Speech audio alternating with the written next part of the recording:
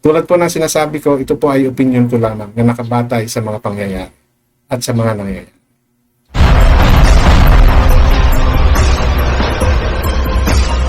Wala na, talagang pinag-uusapan na ang Kalingap community. Oo, ibang klase yung ginawang pagpapatulpo ni Beyonce ng Batalero Committee. Ngayon, yung mga dating nakasagutan, no, nakabalitaktakan ni Bal Santos Matubang, muling nagbabalik. So, kanya-kanya sila ng banat ngayon. Si Makagago, meron na. Then, ngayon, isa pa, ito si Attorney Libayan. Ito kay Attorney Libayan na subaybayan ko to. Nagkadimandahan talaga to. No? Maraming na question dito. Actually, dito sa nung time ni Attorney Libayan at saka ni Bal Santos Matubang, dito ko narinig yung hatian na parang 60% ata, something like that, na 60-40, parang 60% ata yung nababalik sa mga beneficiaries, and 40% yung napupunta ata kay Bal, because may mga ganon na I'm not too sure of the figure, no, pero may ganong paliwanag si Bal. And yun nga, dahil si Attorney Libayan ay kilalang ayaw, no, sa charity vloggers, sa charity vlogging, no, sa charity porn, kasi nga na-exploit nga yung kahirapan ng mga kapuspalad nating kababayan. Well, sa akin, ano pa rin sa akin depende pa rin po sa vlogger. Nanduron pa rin po ako. Yes, sabihin na natin may nalalabag silang batas. Ang problema po kasi, no, yung ahensya na dapat tumulong sa kanila, no, hindi po sapat, no, or hindi po nagagawa. No, yun po yung sa akin no. Yes, oo, napagkakakitaan sila, na-exploit yung kahirapan nila. Totoo yun. But, yung time na ini-exploit ba sila, no? Paano po ba ang nangyayari sa buhay nila? Oo, sasabihin ninyo na, syempre, no choice sila, kakapit sila. Diba? Kakapit sila sa ganun dahil magkakaroon sila ng magandang kinabukasan, aayos, aahon, magiging makakaramdam sila ng ginhawa. Kaya sila kumapit. No? Sinamantala mo yung kahirapan nila. Sinamantala mo yung kawalan nila. Yun yung ginamit mo para magkapera ka at i-exploit sila. Totoo, correct po yun. Kaya nga po sabi ko, nakadepende sa vlogger or sa charity vlogger na gumagawa ng ganung pagtulong. No? Kay Tekram, kay Pony Alde at saka kay Daddy Frankie, nakita ko po lahat, no, kung paano sila tumulong at sumuporta sa mga tao. Kung paano po sila naging transparent sa mga perang nare-receive nila from the sponsor. And nakikita ko rin sa kanila na as much as possible, no, mag-o-oblige sila sa rules. Diba? Yun po yun sa akin. Kung na-exploit man po sila, yun po ay naging beneficial sa kanila. Kung may makakapanood po ng ibang mga upload, lalo na ni Daddy Frankie, doon po makikita ninyo, no, Sir Attorney Libayan, no, yung paano sila tumutulong. No, wala pong question doon sa na-exploit sila. Pero sa paanong paraan naman po at paano po na ibalik sa kanila yung karapat-dapat na para sa kanila. Okay? So, kaya ko ito nasasabi kasi nga, yan, binabalikan na ngayon ni Attorney Libayan itong Kalingap community. Well, sa Kalingap community, katulad po ng sinasabi ko sa inyo at nalimit kong sabihin, marami po talaga na mga controversy na nakapaligid sa Kalingap community. No? Lalong-lalo na po kay Kuya Bal. Aminin po natin sa hindi yan. I'm not that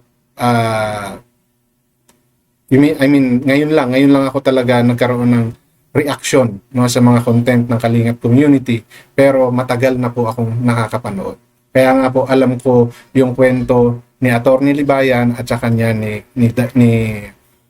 Bal Santos Matubang. Nagkainitan po talaga yan, nagkapalitan talaga ng mga ano yan, balitaktakan, no, pati yung mga vloggers, no.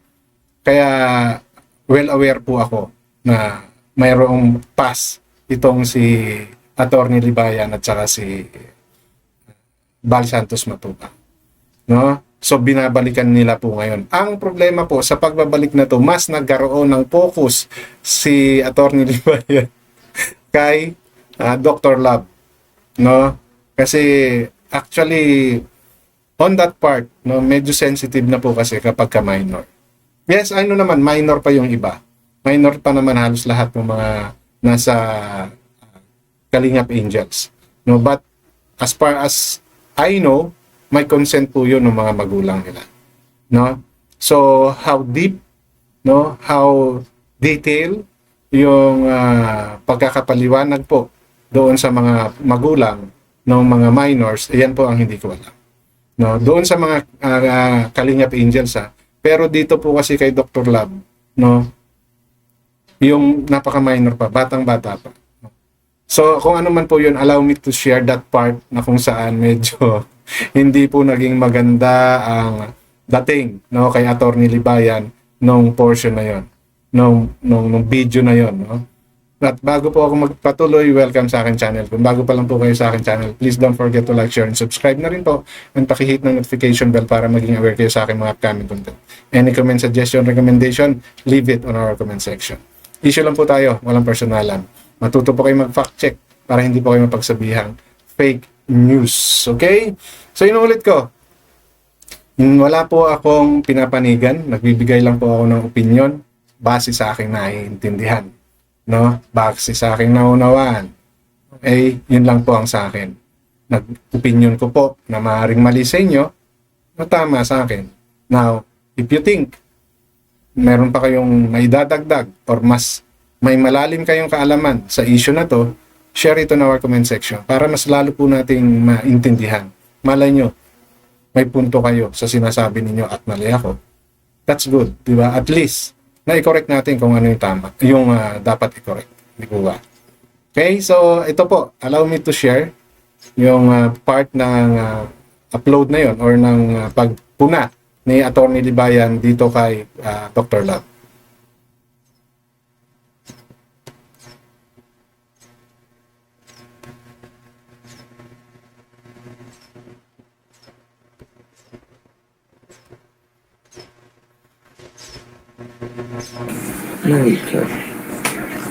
Uy, naku, may gandang bata pa dito si Dr. Love. Walang hiya ka, Dr. Love.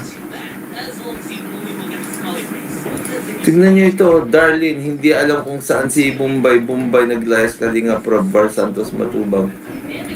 Well, yan si Darlene, no, alam naman natin, controversial yan. Diba? Yan yung binlog ni Mrs. Love. No? Hindi sila sinalubong or tinaguan, di ba? And may narinig din tayo kay Marian. So, yan kasi di ba, si Darlene, nakita naman natin lahat, di ba? Ilang taon pa lang yan? 15, 13? Parang ganun pa lang, di ba? So, she's very young. No, I think it's less than that age, no? Basta alam ko bata pa yan eh. Di ba? So, medyo iba yung dating kay Attorney Libayan dahil nga napaka-minor pa niya. And, I don't know. Ay, hindi, may consent din naman yung si Marian. Kaya si Marian, minor pa rin during that time, no? Pero alam din ng nanay, no? Kasi based dun sa pagkakakwento ni Marian dun sa nung interview siya ni Bal Santos, di ba? So kumaga si buong pamilya rin sila binlog.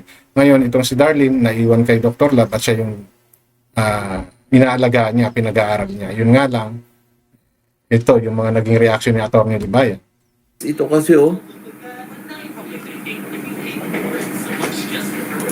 tignan mo yan gandang bata, sabi niyo dyan sa baba Ito click natin yan. Nang-i-scout nga sila, mga loko-loko itong mga to. Bata pa yan, uy. My God. So, iyan po yung reaction no Attorney Libayan nung makita niya yan dito sa mga upload ni Dr. Love, no? And mukhang magbabalik talaga uli itong mga to, itong si Attorney Libayan. And may hamon pa nga siya, no, sa mga vloggers ng Kalingap community. Ano, mag-ready na daw kayo at magbabalik na sila. No? So, actually, hindi lang yan si Dr. Love. No? Halos yung buong Kalingap community. And I know from what I saw from the previous vloggers din ng Kalingap community, meron talagang nakipagbalitaktakan sa kanila. May mga nakakasagutan din sila. So, I hope no maging informative. No? Ang sa akin dito, walang problema dyan. Ang mahalaga lang is maitama talaga kung merong mali. No? Meron ng mali, totoo yan. Totoo yan. Kaya nga may mga lumalabas eh. Kaya nga may mga nagrereklamo dahil merong may mali talaga. Now, sa pagkakamaling yun ba, no?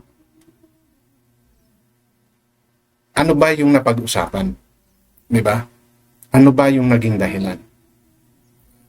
Yes, I know most of the K-angels are minors. Pero lahat po yan may consent ng magulang. Di ba? Mayroon po yan. May mga guardians yan. Now, maybe, no, kulang yung pag-uusap. No? Maybe. So, yun yung mga dapat nating maintindihan at malinawan. Kasi, nandoon pa rin naman sila sa aspeto ng pagtulong. No? Nandoon pa rin naman. Ang nako-question dito is gaano kalaki yung naibabalik sa kanila dahil nagagamit sila. 'Di ba? Parang may compensation dapat. And at the same time, hindi nababiolate yung rights ng individual like the angels, no, or the beneficiaries, no? At least kumbaga secured pa rin sila. Hindi na po natin pwede kasing sabihin dito na kailangan maging multi-millionaire ka pa bago ka tumulong. No? Huwag kang maghihintay ng kapalit. Ang ano nga po kasi dito, hanggat may mga taong nakakaramdam ng hirap at naghahanap ng kaginhawahan sa buhay na hindi maibigay ng ahensya ng gobyerno natin na siyang dapat tumulong, maghahanap po sila ng taong pwedeng tumulong. No? At meron tayong mga kababayan na gustong tumulong. Subalit kulang sila sa monetary fund. So saan sila gumagawa ng paraan? Like sa YouTube and the sponsors. Kaya nga sabi ko, nakadepende pa rin yan sa vloggers, no, na gumagawa ng charity vlogging. Oo, kikita sila. Sigurado yun. No? Kasi nagiging parte na ng hanap buhay nila yan eh. Di ba? At mayroon silang mga pinagkakagastusan.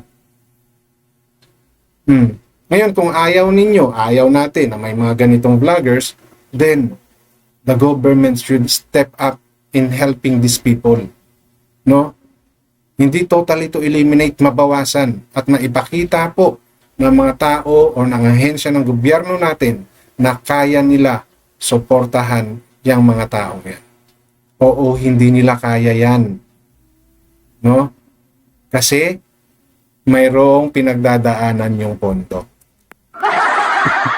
Yun po yun, no? Yun po yun. Yun po yung realidad. No? Doon po tayo sa realidad.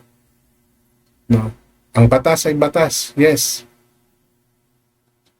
Katulad nga na sinasabi ko, pairalin natin yung batas. And part of that law is to protect and help ang mga kababayan natin na nangangailangan na mayroong ahensya ng gobyerno natin na dapat tumulong sa kanila. Di ba po, batas din yun?